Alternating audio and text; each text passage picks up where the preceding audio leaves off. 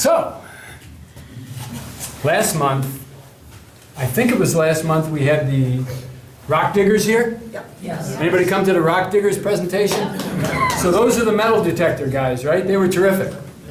The reason I'm bringing them up is because, here they are, by the way, rock diggers. And this one right here is Doug. He lives on my street. And I was out working on the lawn several days ago. I looked down and my wedding ring was gone, which I have had for 42 years. 22 of the best years of my wife's life. So yeah, I didn't go where he thought I was going. So I called Doug, and he came down with his metal detector. 14 and a half minutes later, he found the wedding ring. Those guys are amazing. I wore it tonight because I didn't want anybody to say, why isn't he wearing his wedding ring? But I'm putting it away until I get it resized, because it's just, I could go to this and it would be gone. Okay, enough about rock diggers. I am here to talk about the 4th grade, and I'm here to talk about what we do with these great kids, mostly from Fairport schools, but also some other schools occasionally. And this program, this partnership with the Fairport Central School District has been going on since long before I became town historian. And so what we've been doing for years and years is either field trips to this building or assemblies to the 3 elementary schools we have: Brooks Hill, Northside, and Jefferson Avenue. So right now there's in the neighborhood of 400 4th graders in the Fairport School District, give or take. Used to be a bigger number long ago. Used to be a much smaller number if you go back further. And so typically about half of the 4th grade is at the Northside school, and then the other 2 schools have about 100 kids each. So that's what we do. In addition, I keep myself busy with other kids too. This is actually not, you can probably tell, these are not 4th graders. Many of these are the grandparents of 4th graders. This is a presentation that I did this spring at the Perinton Community Center. I'm going to be doing another one this upcoming spring. Big crowd there. These are not 4th graders. These are smaller. These are 1st graders. So every year, this is one of my favorite things, I get to spend time with every 1st grade kid in the school district. And that, again, is probably not quite 400, but close. They meet at the gazebo by the library in 2 or 3 classes at a time. And, you know, it's 1st grade, so there's loads of parents there. There's loads of chaperones and grandparents. And the kids, I mean, they would be captivated with a stuffed animal. You know, so I can kind of hold their interest okay. But it's no sense trying to keep their absolute attention, because you can be talking about something. I really don't have plans at all what I'll talk about with them, because it will go anywhere. I might be saying something about the canal, or I might be pointing out that building and the interesting history, and we'll get the, ooh, ooh, ooh. Why is your hair sticking up like that? That type of thing. So you just roll with it, and then you tell them the history of your hair. This is a scene from one of the schools. This is Northside School, where this spring there were about 200 kids and about 50 plus adults.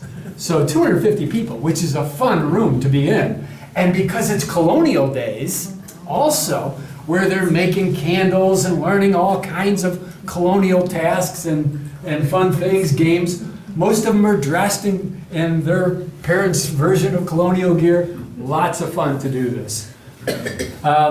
What do I do with these kids? I'm going to give you some of the stories and some of the activities that I've done in the time that I have with them, which is usually about 40 minutes or so.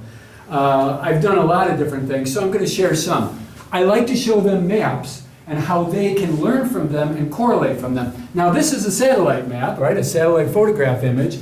And in this case, I use this with the Northside kids. One of the things I do is I customize the presentation for each of the 3 schools. So they'll have part of it that just relates to them and where they go to school. So if I show them this, as I've done, the first thing they'll say is, ooh, wait, that's my school right in the center. I know that, that's my school. And so they'll recognize the streets surrounding. In many cases, somebody will say, I see my house. And so I say, well, come on up. Don't touch the screen. But point out your neighborhood, point out your house. And she'll come up and she'll say, right there, I live right there. I'm ready for that. Because when we move on, I can show them a map from long ago, and I'll say, okay, now you see this road and how it zigs and zags and comes to a T here? Let's go back. Look at that. Look at these different areas. Look at, here's the school. Look at this area here. There's a creek here. Is this tree in the way? Because I can cut it down. Is she okay? All right. So there's a creek down here. Let's look at the map. There's the creek. There's the roads. Just like all those early farm roads existed way back. In this case, this is an 1858 map. So I can tell a kid, gee, she pointed right here. This is the Whitney house. And we know what the Whitneys did. I have a lot of these people kind of memorized when I go to the schools. So I can say what was happening. Gee, where you live, there was a farm there. They were dairy farmers. There were cows here. Maybe you look out your bedroom window, you'd see cows grazing. Well, they think that's crazy. It's beyond their imagination. Then I'll show them a more focused area. And in this case, this is High Street, turns into High Street Extension, and this is Turk Hill Road. And this is a real example, which was one of my favorites when I showed this area. And then I showed the old map of the same exact area. This map is from 1902. And I was ready for this kid because I had a variety of things I could have gone, different directions I could have gone. And she said, I live right about here. I said, well, you know what was there 140 years ago? There was a baseball stadium there. A baseball stadium at the corner of High Street and Turk Hill Road. And this newspaper article is from 1877. I've blown up a little bit of it so you can see it better. This is an actual early Fairport baseball team. These gentlemen have already had the grounds at the head of High Street graded, and in several days they will be fitted up in the most satisfactory manner. Ample seating is being erected, and no pains will be spared to give those who favor this national game a chance to witness the highest science to be displayed. Fourth grade girl is jumping out of her seat saying, you're not going to believe this. This is the girl that lives here. I love baseball. I love baseball. You're telling me I live where there was a baseball field? It doesn't take much. I show them an image of their school just when it was done being completed, when it was built. They haven't even planted the grass yet. This is the north side on here, that's why it's on the north side, and the Dudley School. So the younger grades and then the higher grades. And this blows them away because they said, I've run around this track. I've gone through these doors. Doors? The doors aren't that color anymore. The doors are red. They can't believe it. The doors were painted. So it's a pretty low bar with these kids. 53 years ago, their school was built. So we try to connect them with the history of their school, hoping that they will come away with even more appreciation for their school. These maps and these pictures that I share with them, I share other information too, such as when you leave school every day, kids, how many of you come down this way on Hamilton Road and either turn right or left on your bus? This is what road? It's Whitney Road. Well, look what it was called in 1902 on the map. Cheese Factory Road. They think that is hilarious. But I explained to them why there was a cheese factory.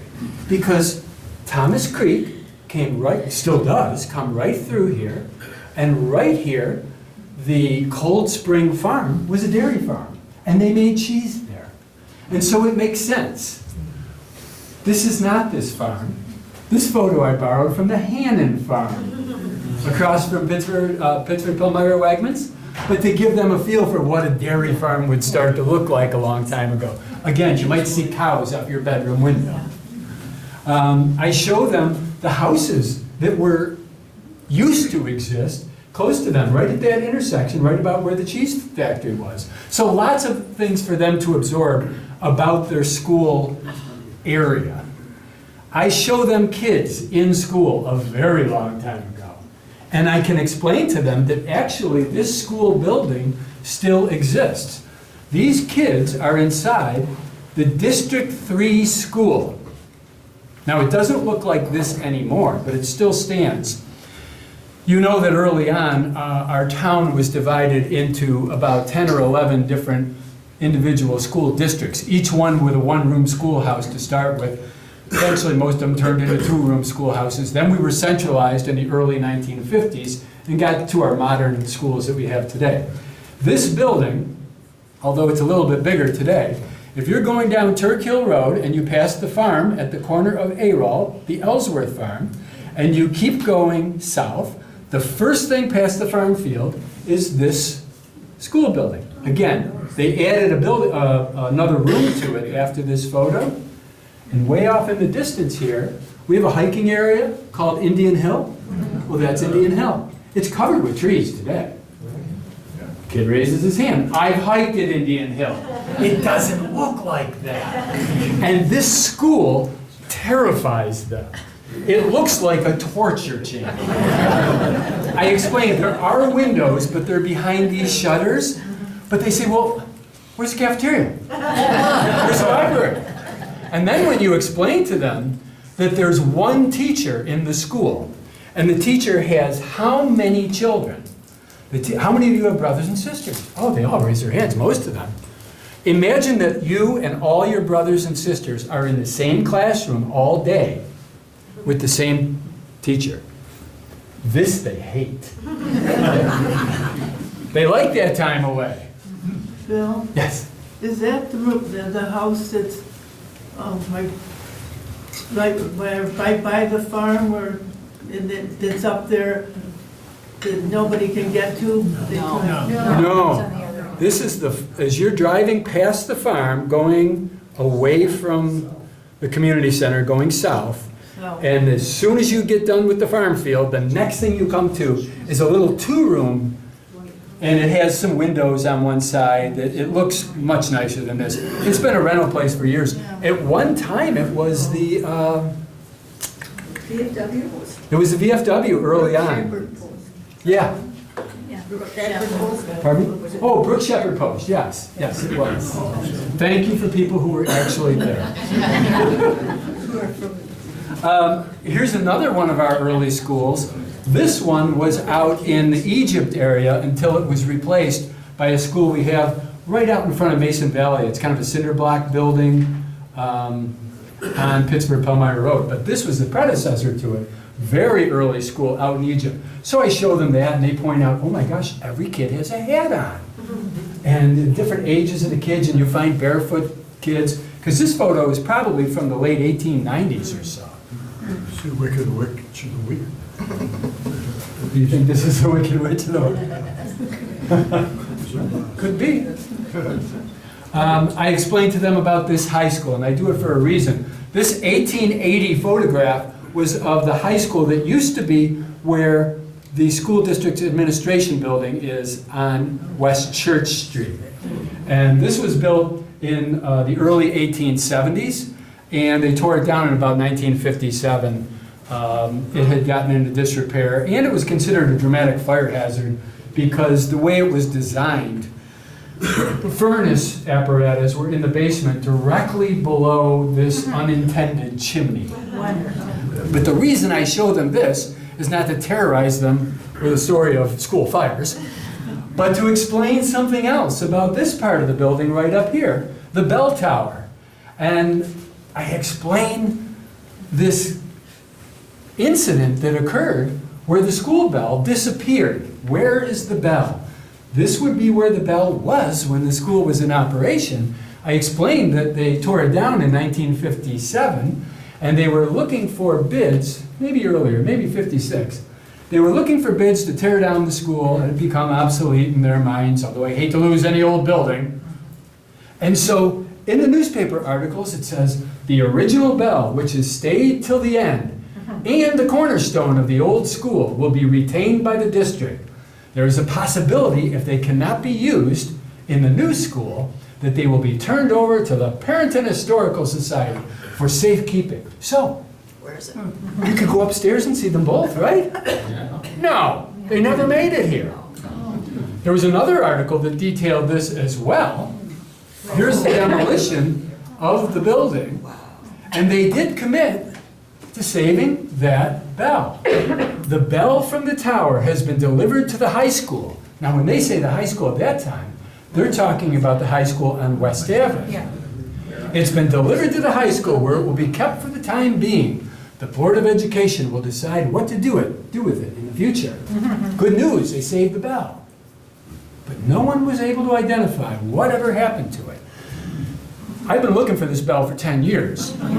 I have contacted people who worked in the West Avenue school a lifetime ago, if they ever remembered a bell being delivered. But what I tell to the kids in the fourth grade field trips and assemblies is that it's your mission to find this bell. This bell could be anywhere. This bell, and all of a sudden, we've got this going on. Oh, I know where the bell is. It could be in the basement of a building in the village. It could be tucked away behind some stuff, somehow made it there. It could be in a barn somewhere in Fairport and Perinton underneath a bale of hay. It could be anywhere. It could have been melted down for scrap metal. We don't know. But this sends these kids off on a mystery. A couple of years in a row I did this story. In the third year, I didn't do it. And one of the teachers got right up at me and said, "You didn't do the bell story." So I try not to skip it anymore. We've had false alarms. I have had kids come to me. I've had contacts from adults. Not long ago, about a year ago, I was contacted, maybe 2 years ago, by a very wonderful lady, lifetime of living in Fairport, who said, "I have the bell." I said, "Do you mean the bell?" The bell. So come on over. So I went over to her house, and in her garage, on a shelf, was this bell. And I said, "Tell me about it. Are you here, by the way?" No? Good, I can say whatever I want. So I said, "Tell me about the bell." She said, "My dad worked for the village of Fairport. And in about 1956, they were having epic cleaning in preparation for an open house in all village buildings. And he came home with this bell.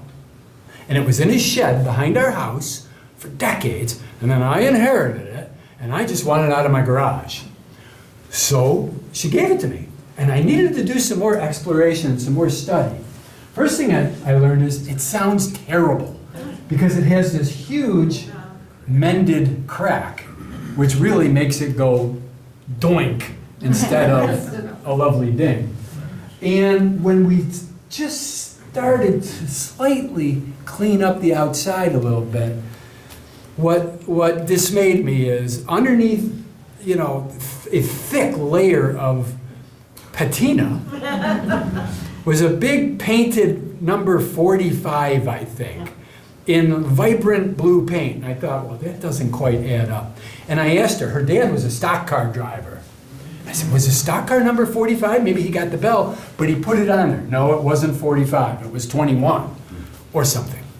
So given all that, and given that I was hoping for a bell about this big based upon the size of the bell tower, and this bell is about that big, I don't think it's big enough. So I don't think it's the right bell. So, fourth graders, in your travels, keep your eyes open for a bell out there. There are a lot of bells hanging in above garages and little towers, different places, but we haven't found this bell yet. We'll keep looking. The canal's been with us for 202 years, neck in Fairport and Perinton, because it opened here in 1822. You may know that next year is a big celebration for the canal, but our celebration for 200 years, we did in 2022. I show the kids some images of the canal from earlier times. This is when the canal was narrower. Anyone ever been to Porterhouse Restaurant, where Joey B's used to be? Well, that would be right down here. Parker Street Bridge is here. This photo is taken from the Main Street Bridge. And just to give you a feel for what the canal looked like probably in, well, 1905, almost 120 years ago. And I show them a view where they can easily recognize our iconic lift bridge and see that by now, in 1921, there's no mules pulling the boats anymore. The Barge Canal project has widened the canal by 40 feet out the south side and deepened it all the way to about 12 feet. It started out being only 4 feet deep. That's where I'll pull a little fourth grade kid up and I'll pull up and say, so how tall you are? Well, that's about how deep the canal was when it was first built. And so I explained some of that to the kids. And I show them that we don't just make this stuff up. We need factual information if we're going to talk about history. I like to be able to document what I'm saying, including this newspaper article from April 23rd, 1822. My wife and I just drove through Cherry Valley, New York.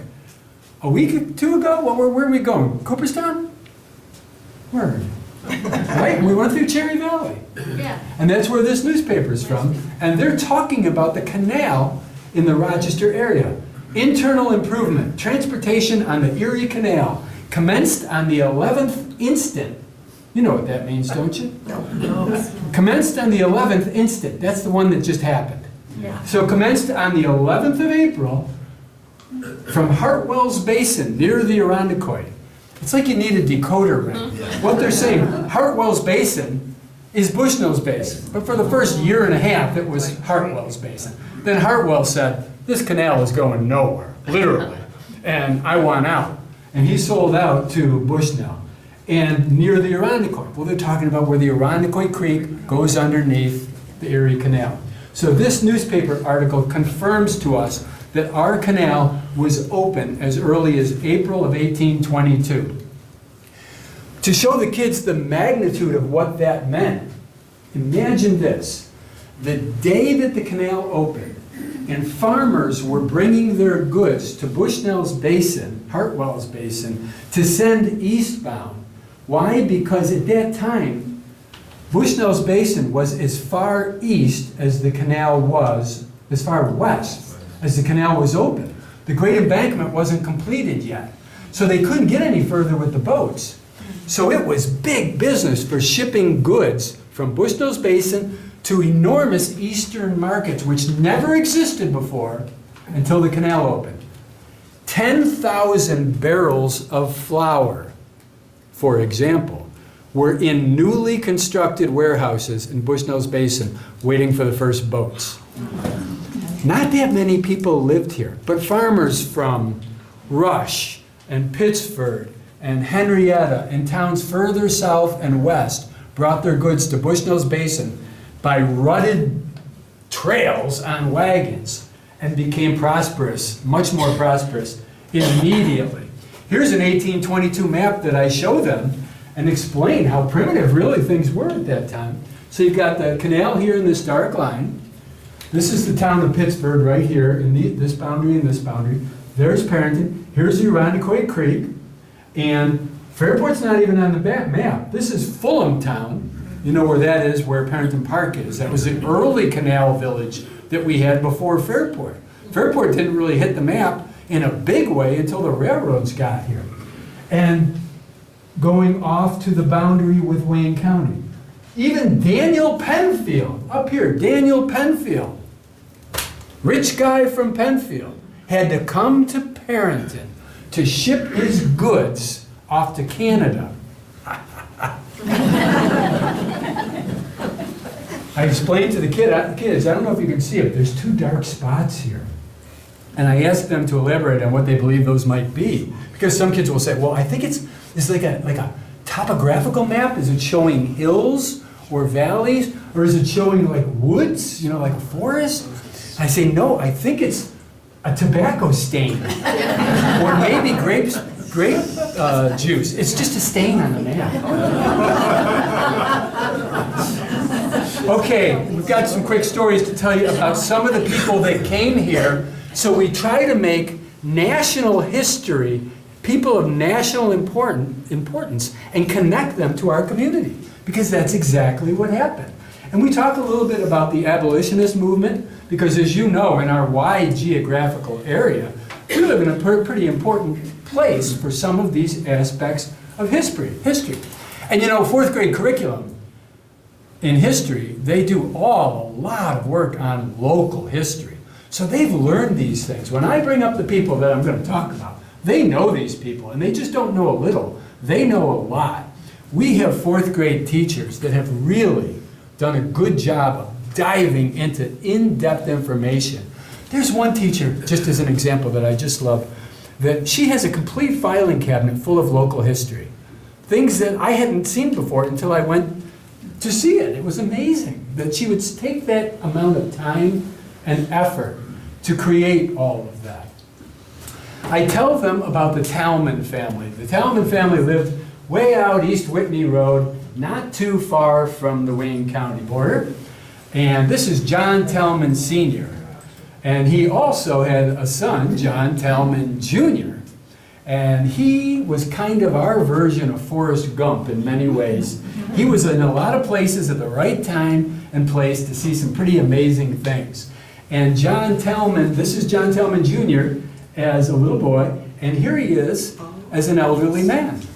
And for his profession, he was an author, a writer, and then a publisher of newspapers in Minnesota. He left here early in his life. But his position allowed him to also reminisce about his early life and tell some of his personal stories, which he published. This was the Talman house in 1940, long after they were gone, out on Whitney Road. And I'll tell you their connection with the Underground Railroad. And I explained to them about the Underground Railroad, what that is, and all I'm doing is reinforcing what they already know.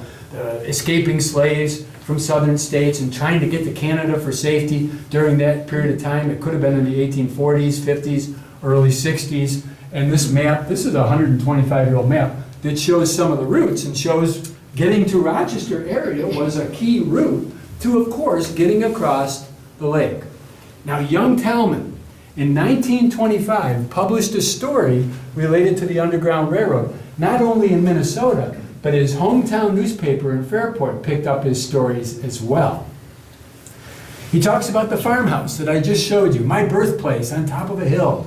Then he says, the farm was owned by my father, John Talman Sr., one of the band of abolitionists that conducted what was known as the Underground Railroad.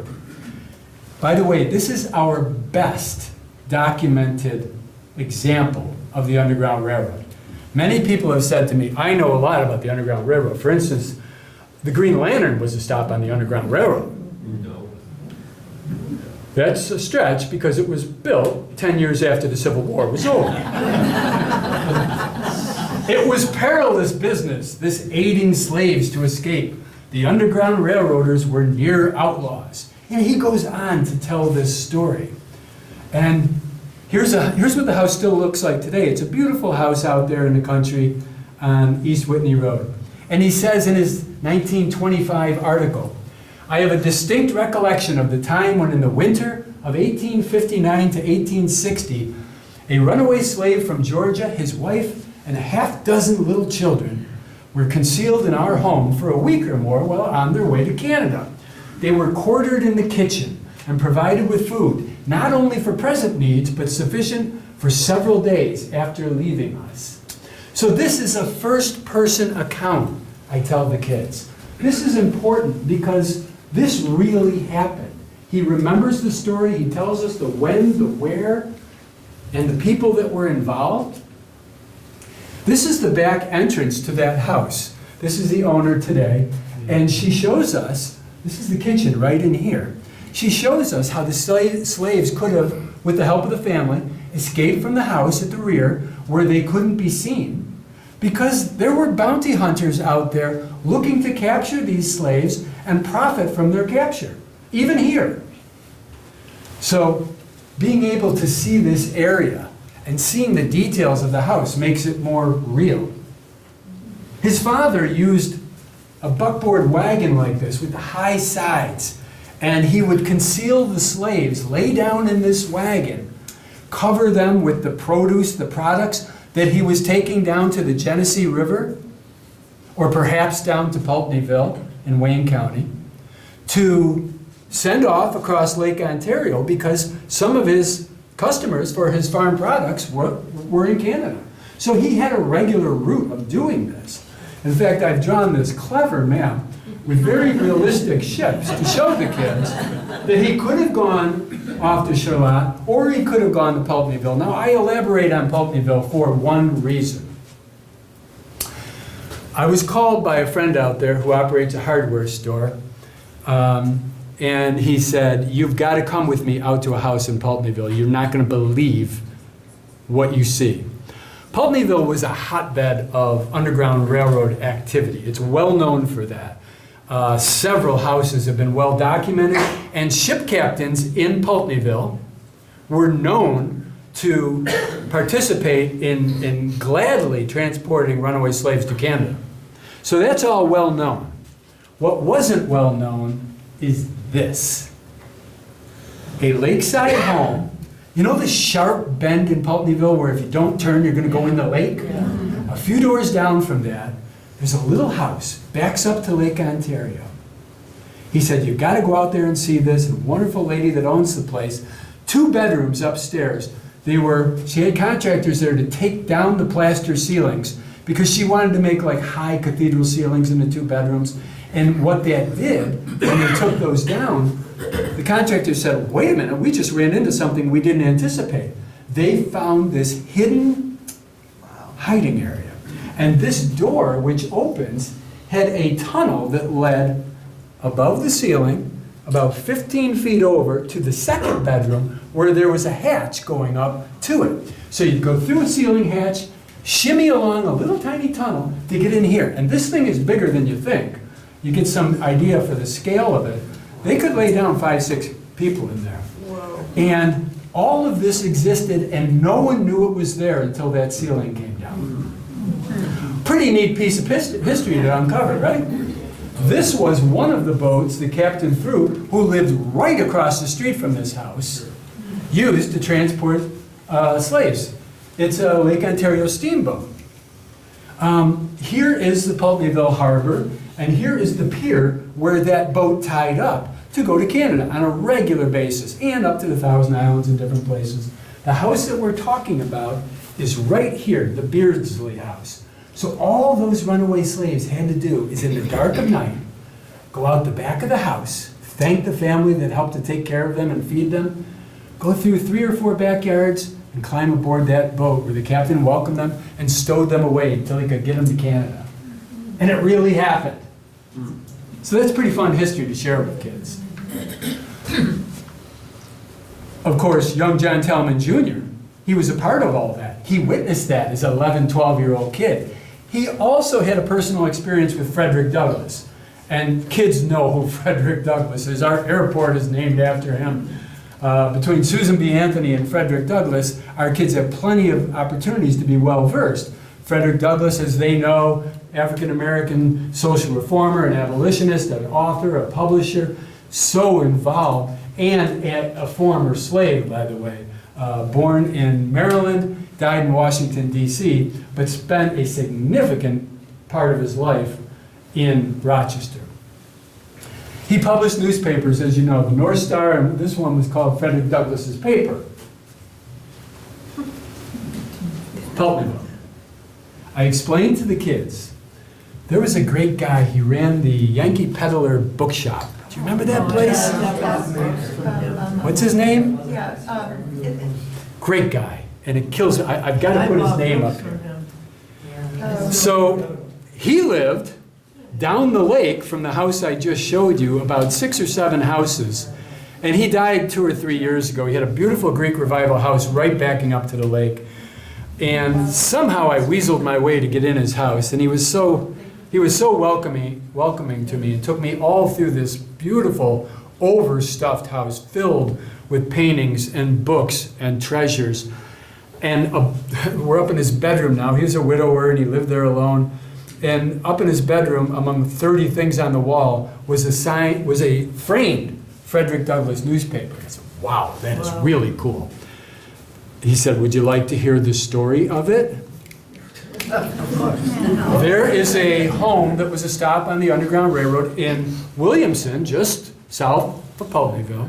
There's a historic marker out in front of it, and that happened to be where a train conductor, a kind of a central person that really gave out instructions to other stops on the railroad. So a key stop on the Underground Railroad. He went there, Mr. Weisberg? John Weissenberg? John Weissenberg. Sweet man, thank you. He went there to do an appraisal of some old books, and the old books were up in the attic. So the owner took him up there, and he said to me, the books, they wound up not being anything dramatic, but he looked down the base of the attic floor, and there was the old wide boards, and there were some boards askew. And he said, those boards are askew. Do you mind if I check that out? He said, go ahead. So he went over, and he noticed that they were kind of loose. Do you mind if I pull them up? He said, no, go ahead. So I pulled up the boards. There was a stack of at least 100 never circulated newspapers by Frederick Douglass. They had never been out of that spot. They were brought there, probably hidden, because they didn't want them to be found until they were distributed, and then never distributed.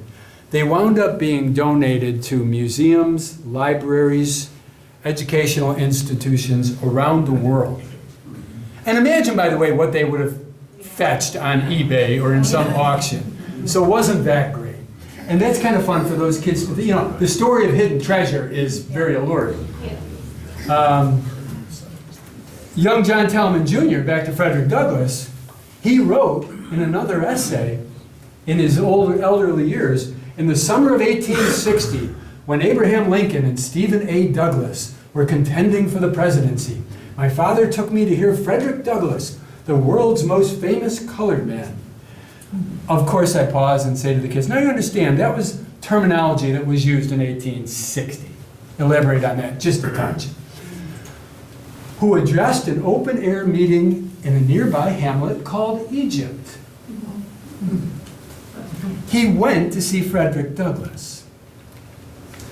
This church burned down in the late 1920s in Egypt. It was right about where the shopping plaza is out there on Route 31. But this photograph is from 1901 or so. Sometimes people like to take very valuable original photographs and write on them. And so we're favored by that because we know the year. Little sarcasm there. I can digitally take that out. So pretty cool building, right? It looks 200 years old, 125 years ago. But this is where Frederick Douglass was to speak, but there was one problem. By the way, it was cold. It was not a good day. You want to get into this warm church where the chimneys are flowing and it's warm, but they couldn't. They were locked out. Purposely, chains on the doors. They couldn't get in. It did not stop them. There was a crowd of people there to hear Frederick Douglass, and they met outside, and they braved that weather, and it still happened. They didn't slow them down. So, how do you like that? Yay, so good. That was just for dramatic effect. In addition, Frederick Douglass, who was making the rounds, went to a church in Penfield at the Four Corners. There's a gas station there at the Four Corners of Penfield. It used to sell gas. They don't anymore. That corner, there used to be a very early, big, beautiful brick church. He went there to speak as well. Fortunately, he did not get locked out. However, it was also a cold, miserable day. Someone had stuffed blankets in the stovepipe. When they lit the stove, the church filled up with smoke. They held it outside. I also tell them about a guy named Abraham Lincoln. Boy, even the first graders, when I tell the first graders about Abraham Lincoln, it's like a rock star you're talking about. Lincoln? I know him. So I tell them about Abraham Lincoln, the fourth graders too. And I explained that Lincoln came through this community twice. This is the actual schedule from 1961. After he won election, 1861, thank you. 1861. And he passed through Fairport. The schedule says 7:52 a.m. He passed through Palmyra, Newark, Lyons, and then he stopped in Clyde. But he came through in Fairport. And it's not hard to imagine that the crowds assembled at the very railroad tracks we have today on Main Street to see the newly elected president on his way to Washington, D.C. And of course, oh, by the way, this is a photo by Matthew Brady, so famous for his Civil War photos, but this is of the White House, so I can show this to the kids because they recognize that. And they can see that a photograph from way back then, they can still recognize clearly that building. And this is Lincoln's funeral train, because the second time he came through Fairport and Perinton was after he was assassinated. And his image is actually on the front of the train, on the front of the engine. And when his train came through our community and all across New York State, that train moved at about 3 miles per hour on the whole journey, very slowly. And who was there? Well, young John Talman Jr. wrote about it and published it. He recalls the events of 1865 and his memories of that event.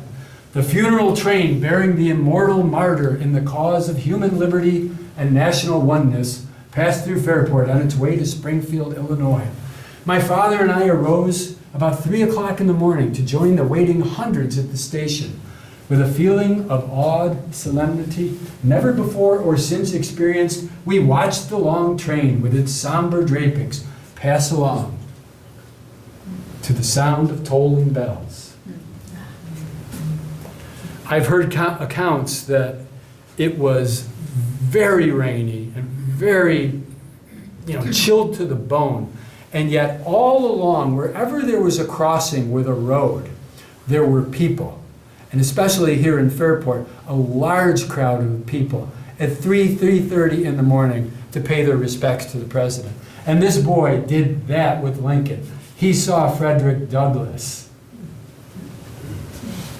He was in so many places. These are those tracks, probably 35 years later, around 1900, with an eastbound train. If you've ever been to the Mercantile, that's this building right here with an extra floor. It used to be a floor higher, many of you will remember. There was a fire decades ago. So it's fun to show them those train pictures. Now, one place young John Talman Jr. was in a position to see Susan B. Anthony, but a lot of people were, because she came to our community many, many times. And of course, I explained her roles, which they do get educated about, but in temperance and workers' rights and human rights and abolition, and of certainly what we may be most familiar with, the right to vote for women. And so Susan B. Anthony and her connection to our community is significant, and starting with the Susan B. Anthony Museum in Rochester, but we get to know her participation in our community so well. This school I already showed you out in Egypt. She went to that school to speak. And we know that because in this 1873 newspaper article, she is traveling the countryside, going to as many places as possible. She's trying to get supporters. She is being threatened with arrest for her activities and her voting. She voted, and that was against the law for her at that time. And so it goes on to say, as our readers know, Miss Susan B. Anthony is canvassing Monroe County on the suffrage question. And here, March 25th, 1873, she was in Fairport. And April 4th, Friday, she was in Egypt. We know that she was in this school. We know this because any of us, fourth graders, can access this information. There's a great website called the Library of Congress.gov, LOC.gov. You can find so many things. Susan B. Anthony's diaries are all on the Library of Congress website. And here is the entry for her visit to this school on Friday the 4th, just like it says. Egypt, this is her handwriting. Cullen Loud, that's who greeted her in Egypt. Loud's Tavern, Loud Road. Schoolhouse, William Becker. Becker family was big in Fairport. Ankle Better, but fiery looking still. No pain in it. Only. Only when I walk. Maybe only lame. And then, When I almost as an afterthought, she wrote, small audience. So these entries are for each of her visits to Fairport.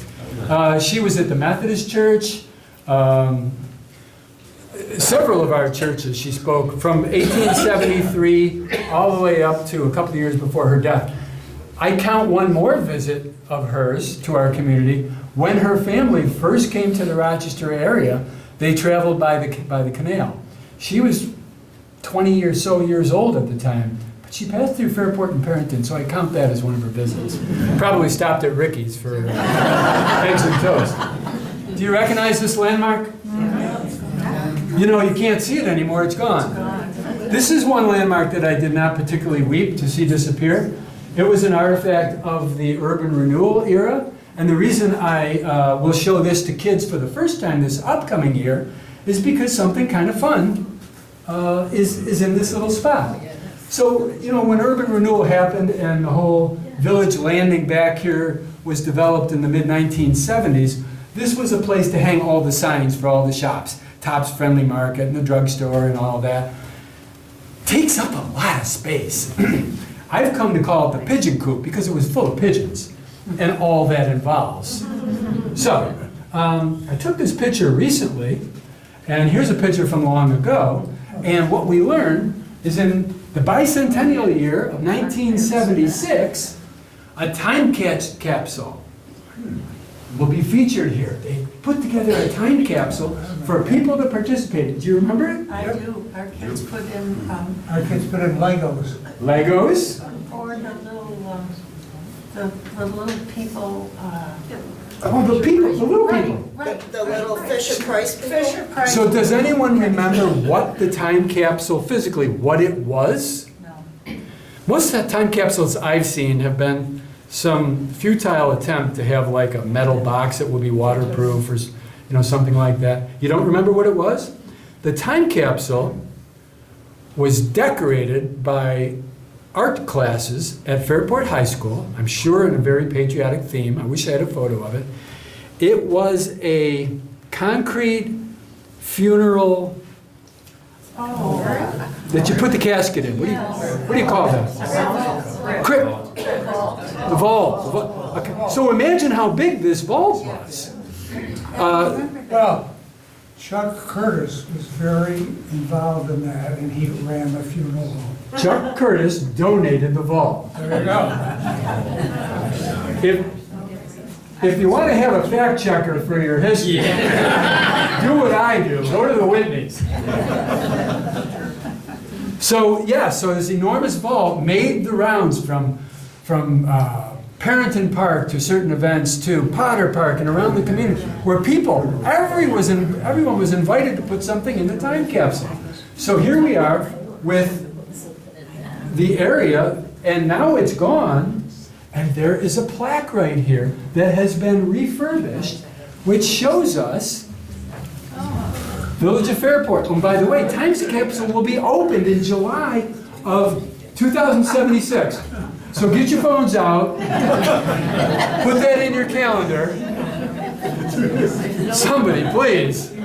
Somebody report back to us. Village of Fairport, Main Street Park, dedicated in 1978. They did the time capsule and then they held on to it for 2 years until this was completed. Then they slipped it behind this plaque. There's a big opening in the wall. So we need to, first of all, appreciate that we've got a nice little pocket park here now. Isn't that great? And I shouldn't say this because I want to keep it for myself, but what better place to watch a parade down Main Street than up on that raised grassy knoll? I wish I hadn't said it. Yeah. I'll see you all there on the 4th of July. One last story I want to share with you. And this really got its life from the 4th grade classes. There was a gentleman named Bob Kramer, lived on Baird Road, and Bob was a World War II veteran. He graduated from 1937 class of Fairport High School.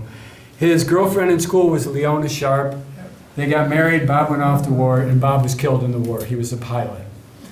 And so it's very sad. One of our soldiers that we never want to forget from World War II. Before that, when he graduated from high school, during the Depression, Bob was able to get a job at Eastman Kodak. Leona Sharp got a job at Bausch and Lomb. So they both had pretty good jobs. Bob was working in the experimental film labs for movie film, home movie film, in 1938. And what they did is they sent these technicians that were working in this lab, they were just trying to perfect the process of creating these color home movies.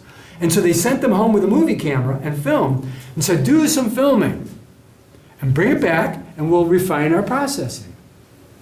That's what he did. He took quite a few rolls of movie film. I know this because about 8 years ago or so, the family, the Kramer family, came to me with these films. They had the original films in the little Kodak cardboard boxes. And Eldon Kramer, Bob's younger brother, kept the films safe. And decades later, he bought a 16mm projector. He watched them once, and then he put them all away again until his kids and his family provided the films to us. I wound up having them digitized, and I've shown them to some people, including 4th grade kids. From there, a parent in the audience said, "Oh, this is a pretty good story. And these films are interesting, but the story is really interesting." He said, "Do you mind if I send this story off to somebody at CBS?" I said, "Go ahead, sure." And he did. And a few weeks later, I heard from CBS. They came to town and they made a story out of it. And I don't know if you've ever seen it, but it was on the national news for CBS. It's 2.5 minutes long. Would you like to see it? Yes. Good. I don't know what I would have done if you said no. Here's Bob, and here's Leona. What year is this? Well, this is about 1943 or so. They are off on the West Coast. Bob trained there to fly. And when they graduated, girlfriends and wives all came out and they had a celebration. And you'll see a beer or two in some of the pictures. Then he left. And you'll hear the rest of the story. Oh. Steve Hartman? Oh, yeah. Leona Sharp. Leona lived, I had to find her. When I realized what this story was, I wondered if she was still alive. And she had gotten married a couple times after that, but I tracked her down. She wound up living about 15 houses down the street here on Roselawn Avenue. And you'll hear me say it, so I won't even say it. It's in the film. You ready? All right.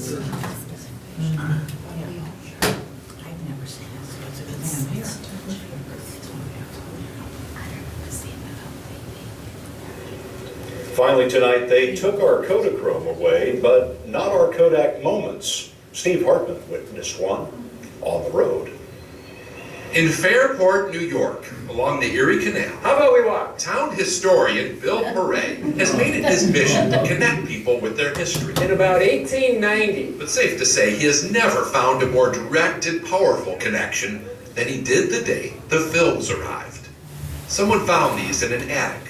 Old 16mm home movies from the 1930s, labeled Kodachrome Experiment. Yeah, I was intrigued. So I took the projector, I took the films, and I started to watch. And I loved what I saw. I saw scenes of our community, and they were in color. They were some of the very first color home movies. But what intrigued Bill even more was this woman. He says whoever she was, the cameraman was clearly smitten. From there, I started doing some research. He found out the photographer, a guy named Bob Kramer, went to work for Kodak Labs right out of high school. And that girl was his high school sweetheart, Leona Sharp. She would be 96 years old. If she was alive. And I wondered. He did find an address and went there. A woman came to the door. She opened the door 3 inches. And I told her we had these films. And the door opened a little wider. Literally and figuratively. Yes. And then she said, "Wait." And she disappeared. She came back about a minute later holding her wedding picture. And she said, "Come in." Here's what Bill learned. Bob and Leona got married right after Bob joined the Air Force. A few days after the wedding, he left to learn how to fly a B-17 and then got sent to Europe to fight in World War II. On the way, he actually flew his plane over Leona's house. This is a picture of it. And then he wiggled the wings to salute us, and then he was off. You never saw him again? Nope.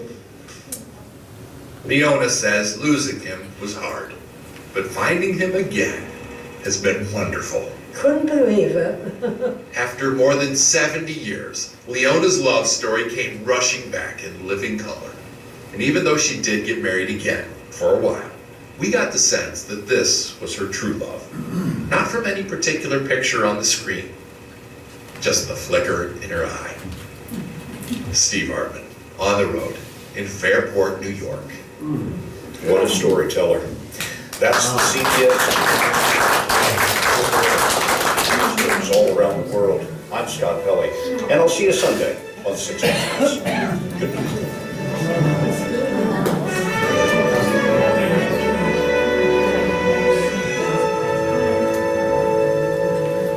What year was that done? That was about, I think about 8 years ago. Finally tonight, they took our Kodachrome. We get it. Reruns. You know, couple of things. Leona never saw those films until we showed them to her. She never had an opportunity to see them. She completely forgot that they existed, but she knew once she saw them, I've never seen these. When Steve Hartman and his cameraman, that was the entire CBS crew, was two guys in a rusty van. When they came to Fairport, and we were set up to do it on a Saturday morning here upstairs in the museum, Leona's niece came to me and she said, "Bill, she's not coming. She's all worked up about it. She's got a lot of anxiety about it. She's not coming."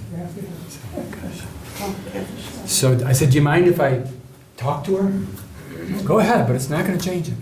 So I went to her house and replayed the whole thing when I met her, knocked on the door, she came to the door, opened it this wide. I said, "Leona, I have to talk to you." I got into her house, I talked to her, I said, "Leona, Yes. please." I came this close to proposing. And she said, "I'll do it." So it was great. She the reason I'm in it an awful lot and she's not in it enough is because she did kind of run out of steam. The museum was about 90 degrees up there. It was a hot day. The other thing that I remember because of that is we were all sweating. And Steve Hartman, when they're about to film me, he said, "You're pretty glossy. You mind if I powder you?" He's got this big powder puff and he's powdering my face. And I said, I always imagined if this would happen, it'd be some, sweet young thing doing it. And he said, "So did I."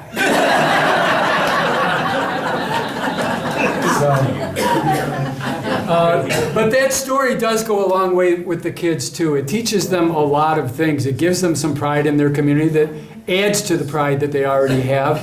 It gives them some firsthand account of the heroes from this community that participated in not just World War II, but so many different conflicts and wars. And it gives them another connection to our community. So I haven't shown it in a while, but I think I'll get back to showing it again. Yes? Is there any connection between Howard Sharp and Leona Sharp? Not that I'm aware of, no. No, the Sharps, Leona grew up on Jefferson Avenue. A big family, pretty far down to the south on Jefferson Avenue. They were all farms back then, pretty much, little farms, 3, 4, 5, 7 acres. I don't think so. What was her reaction to seeing those for the first time? She got a little bit weepy, but she was very happy. And she just shook her head and smiled, kind of like she did on the film. And there are, these little cans of film. They hold about 3 minutes each. and I think there's about 5 cans. So I think there's about 15 minutes of film. Some of you will remember Louis Masangelo. The Masangelo family is a legendary family in Fairport. If not for my barber coming back from surgery a couple of weeks ago, Roger, who at 82 years old is now semi-retired, I would have ridiculously long hair because I waited it out of loyalty. But Louis was his older brother. And Louis is featured in the 1938 film in his Letterman sweater on the lift bridge, kind of looking like the toughest guy on campus. There's panning shots of different things. There's a shot of the brand new library, the building that we're in. There's pictures at kids jumping off the guard gates into the canal off behind Craig Road. So many great scenes. And then pictures in Rochester too. Cobbs Hill Park, the airport. I think there was an airport plane scene there. You know, Bob wanted to shoot a picture of planes. He wanted to be a pilot. So there's a lot of neat images, but of course we treasure the ones that are from this community the most. So where are they now? Are they here or in the library? They are in the town's collection. I have digital copies of them.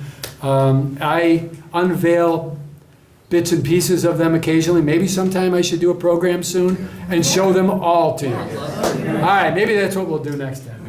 Is the Bear Road one in there? Oh, yeah, there's a film, yes, and then I've got you.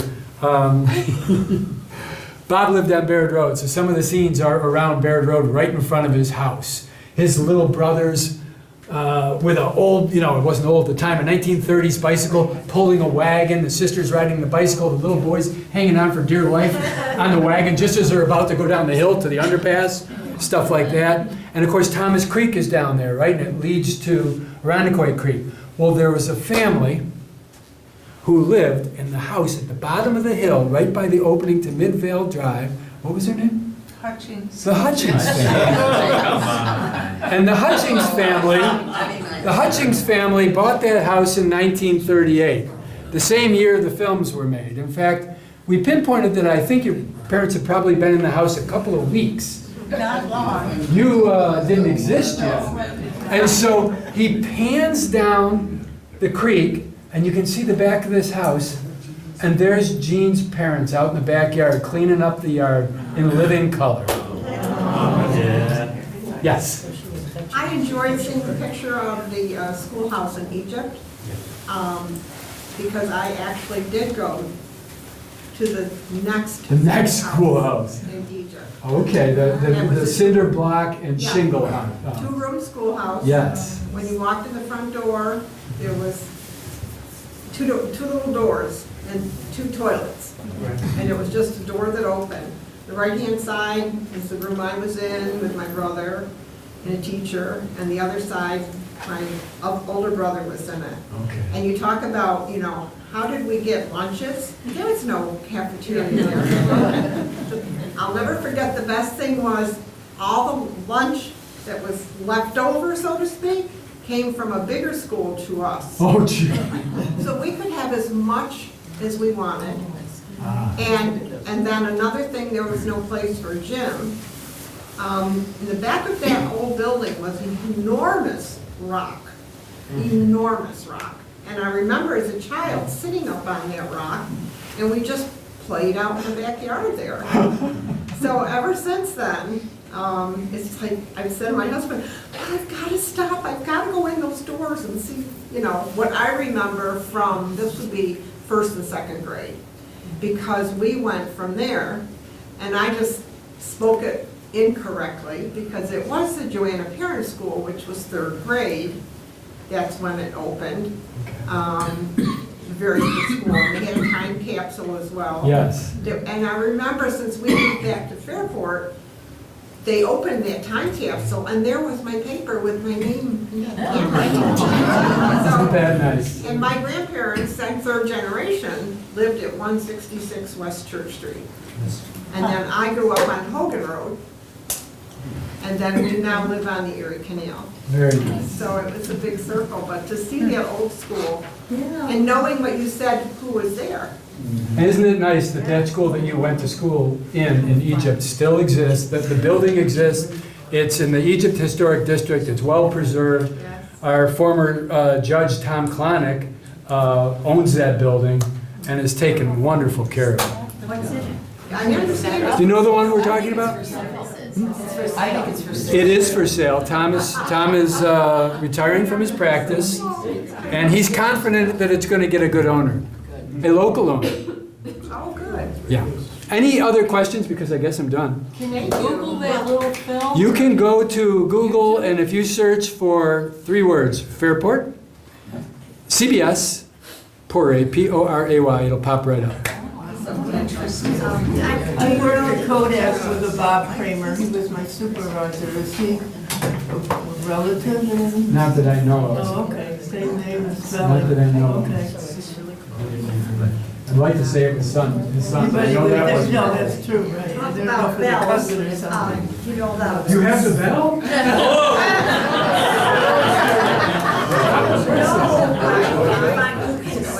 Somebody said that they have the bell. The Marsh Road, little schoolhouse on Marsh Road is for sale. Yes, yes. They had an open house. Yes, I went to it. The story is that he found it in a shed Okay. in the back. See? The shed is, and it's in the house he's got. I said, keep the faith, kids, because they found that out. She's talking about, do you know the school on Marsh Road?